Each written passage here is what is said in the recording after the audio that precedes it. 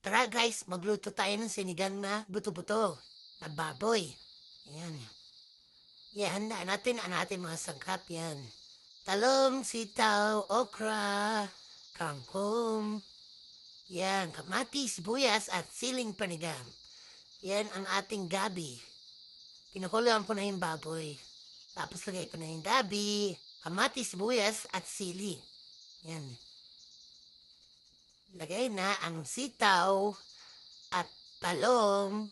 Halo-halo na natin dyan ang panigang mix na sampalok.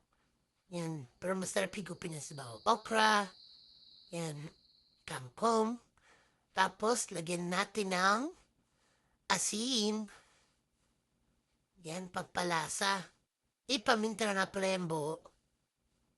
At pikin. Ayan. Titikman na natin yan. Ayan, luto na. Ang masarap na sinigang na baboy. Titikman na ako ang kakain ko na. Yan. Gabi. Sarap ang gabi, guys. Paborito ko yun. Yan. Tikman natin ang sabaw niyan. Nangangagat ang asin.